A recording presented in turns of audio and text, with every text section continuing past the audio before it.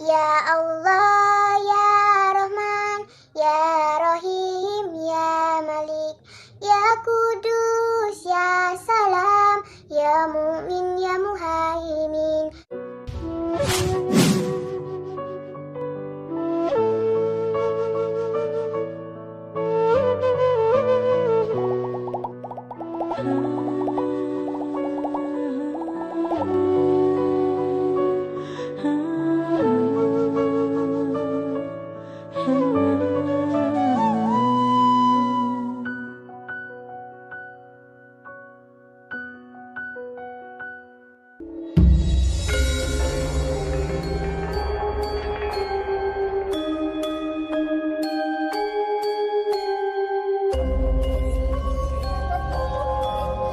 Anaknya Adam Set terus bersunat, terus nanti ya si Noah bersunat, terus makanya kemarin kan si pendeta itu dibilang gitu, kagetnya setengah mati dia.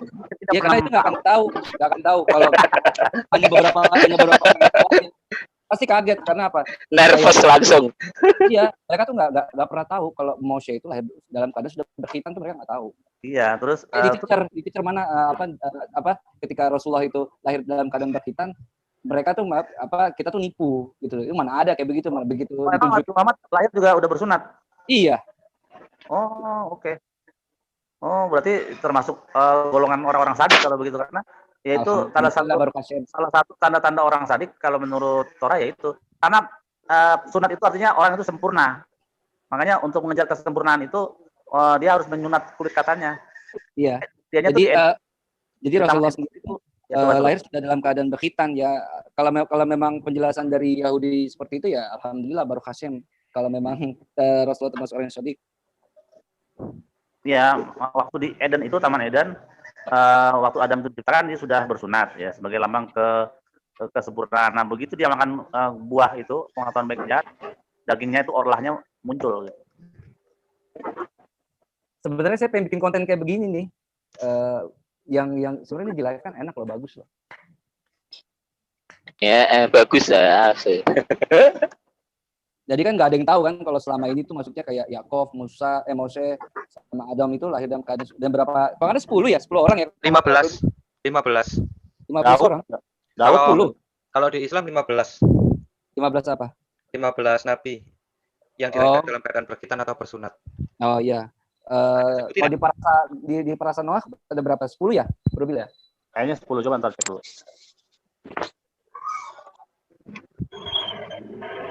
Kalau kita 15 Bang Moto. Begitu ya, 15 ya. Nabi Adam, Nabi Syed, Nabi Nuh, Nabi Hud, Nabi Soleh, Nabi Lut, Nabi Su'aib, Nabi Yusuf, Nabi Musa, Nabi Sulaiman, Nabi Zakaria, Nabi Yahya, Nabi Isa, Nabi Hamdah bin Sofyan, ini Nabi pemilik sumur Ar-Rash, dan Nabi kita Muhammad Sallallahu Alaihi Wasallam. Oh, ini ada nih. Ada kok di Habat nih. Iya, saya cari di Khabar tuh ada, cuman kan butuh litera itu kan yang ancient question ya, kayak jadi ini di Midras, coba cari di Midras Takhuma itu menyatakan ada Adam, Set, Nuh, Yakov, Yusuf, Musa, Ayub. Nah, tapi kalau Afot dari Rabbi Nathan ada daftar yang lebih panjang lagi, ada Adam, Set, Nuh, Sem, Yakov, Yusuf, Musa, Bileam, Samuel, Daud, Yeremia, Yerubabel, dan Ayub.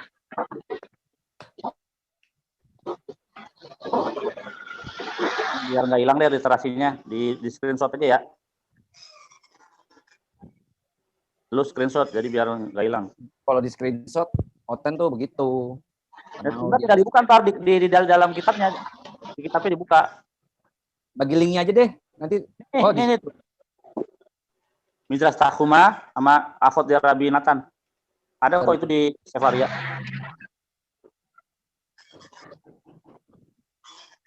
Udah. Rambut dan syamut rabah. Para saknoa. Oke. Ya. Kadang-kadang emang begitu. Kaum Abodah Zara tuh tampilnya begitu. Jadi, tapi kemarin pendeta itu kaget banget ya kalau kelihatan dari ekspresinya. Oh, baru tahu gitu ya, paling kan jadi tahu. Nervous dia, kelihatan bahasa tubuhnya, Bang Billy, bahasa tubuhnya tuh kelihatan. Dia nggak pernah di grup debat ya? Pernah nggak sih? Siapa sih namanya? Dan Ngemeng. Sudah bersatu ini Islam sama Yahudi sekarang. Minggir ya, Abu Dazara Tami minggir dulu. Ini kita agama monoteis ini ngumpul dulu. Yang terhitung minggir dulu bentar. Udah bersatu nih. Abu Dazara minggir dulu. Terhitung minggir dulu bentar. Pojokan lagi. Ini apa namanya Edis? Nabi-nabi yang tersunat lahir. Itu dongeng. Asik. Kan kami mempunyai tradisi oral Torah. Ya, kamu kan mempercayai dongeng-dongeng Mitra. Bilang aja lu takut disunat. Ya, kalau PB pun dongeng. Sekarang kalau nggak dongeng masa dibilang kalau melanggar satu Torah melanggar semua. Itu nggak masuk akal. Gini, orang belajar 10 soal, ngerjain 10 soal. Salah satu diktal kalau nggak digebukin sama murid. Billy, gini aja Bill. Kamu biar sembuh dari percaya dongeng-dongeng Yahudi. Oh, justru kamu tuh harus sembuh dulu dari PB-mu karena itu nggak benar. Saya tanya aja, siapa yang menulis? Gue mendingan sama Kusnadi daripada sama Edis, gue mah bener. Ini Bill ya. Ini Edis kenapa sih ya? Kok tahu-tahu masuk ngomongnya kayak ini, kayak apa base yang explore remblong ini kenapa ya? Keroyokan nih. Enggak keroyokan, aku mau tanya, lu kenapa sih Edis kok masuk-masuk kayak base yang explore remblong kayak ini loh, sumber kencono gitu. Wush itu. Dari kalian biar sembuh dari percaya dongeng-dongeng. Abu Dazara. Mana ada musalahin sunat Ya. Kita itu harus bisa membedakan mana fakta, mana dongeng. Kamu tahu nggak ciri-ciri dongeng? Billy, tak tanya, ciri-ciri dongeng kamu tahu nggak apa? Tahu ciri-ciri. Tahu. Yang Apa? itu channel YouTube-nya di take down sendiri karena nggak laku. Gini ciri-ciri dongeng itu gini. Dongeng itu gini, cerita yang tidak benar, misalnya silsilah dia. Ya, ciri-cirinya dulu. Cirinya empat raja besar. Kalau kamu belajar bahasa Indonesia, kamu tahu ciri-ciri dongeng itu apa? Tahu, ciri-ciri dongeng itu nama 4 raja dihilangkan oleh Matius, itu dongeng. Oh, itu salah kamu. Kalau kamu belajar bahasa Indonesia dulu sekolah, kamu kan pernah sekolah. Dulu di sekolah itu diomongin ciri-ciri dongeng adalah adalah 4 raja yang dihilangkan. Nah, kan tidak gitu. menjelaskan di mana peristiwa itu terjadi. Where-nya itu nggak jelas. Itu ciri-ciri dongeng. Ciri-ciri dongeng itu memang persis di mana kenapa raja itu dihilangkan dari silsilah. Nama kamu Edis Butar ya kan? Namanya tiba-tiba dihilangkan dalam Batak. Biar kamu saya cari. Kemudian when itu kapan? Jadi kapan itu nggak jelas. Ya, kapan itu istilahnya itu jadi berantakan. Nah, kapan jadi dongeng selalu memuat dua peristiwa ini. Antara salah satunya pasti nggak ada. Contohnya, misalnya Malin Kundang. Tahun berapa Malin Kundang itu? Tidak ada tahunnya. Pada masa pemerintahan siapa itu terjadi nggak ada. Nah, sekarang silsilahnya itu bagaimana itu? Silsilahnya 4 raja bisa hilang sejak kapan? Dari mana? Nah, kalau kamu sama saya itu, saya sekolah lagi kamu. Teks kita buat Tawarik itu kitab Tawarik mengonfirmasi benar. Nah, dibandingkan dengan lagi teks Pesita, 4 raja itu nggak dihilangkan. Jadi yang benar mana? Itu dongeng itu. Ya, kitabmu itu dongeng. Karena Pesita dan bingung saya. Saya kuliahin dulu kamu pilih. Contohnya ya, dongeng yang kedua, misalnya ada 4 cerita nama raja kan ada silsilah nih, Edis Butar-Butar, adanya. Nanti kita ke situ, biar kamu saya pahamin dulu. Dongeng itu apa dulu? Butar-Butar, punya adek Sukeni Butar-Butar. Tiba-tiba Levi sama Sukeni itu tidak ada. Bagaimana itu di dalam, apakah itu sebuah dongeng? Dongeng. Ya kan? Karena begitu dikonfirmasi dengan kitab yang dua kitab itu, kitab Tawarik dan terjemahan Kristen yaitu Pesita, tidak dihilangkan nama 4 raja besar. Dongeng itu siapa? Kamu tahu nggak? Itu dongeng namanya. Iya, dengar dulu. Kamu tahu nggak? Ada perkataan. Apa? Iya dongeng. Kamu udah bilang kan berarti inilah silsilah Yesus anak Daud, anak Abraham. Oh iya, lupa anak satu. Kenapa dari Daud kok lompat ke Abraham nggak diceritain semuanya? Tahu nggak kamu kenapa? Diceritain. Itu kan cerita ceritanya. Itu kan cerita ceritanya. Loh, kamu itu tidak membaca, ya.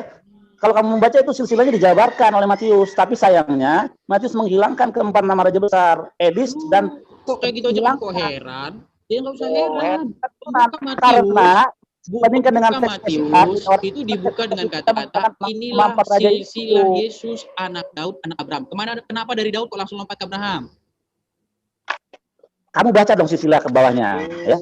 Silsilah ke bawahnya itu dijabarkan dengan lengkap. Silsilah itu kalau lompat bukan berarti salah.